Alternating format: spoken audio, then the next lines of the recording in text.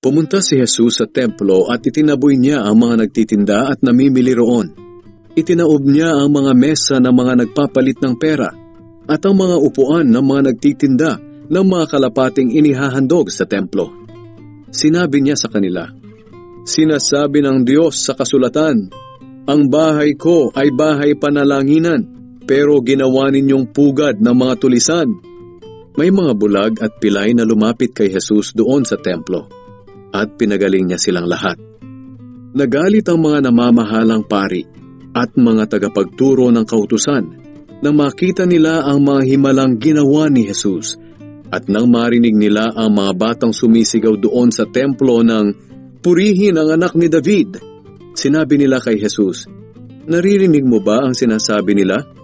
Sumagot si Jesus, "Oo, hindi ba ninyo nabasa ang sinabi sa kasulatan na kahit ang maliliit na bata ay tinuruan ng Diyos na magpuri sa Kanya?"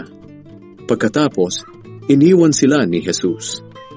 Lumabas siya ng lungsod at nagpunta sa Betania, at doon siya nagpalipas ng gabi.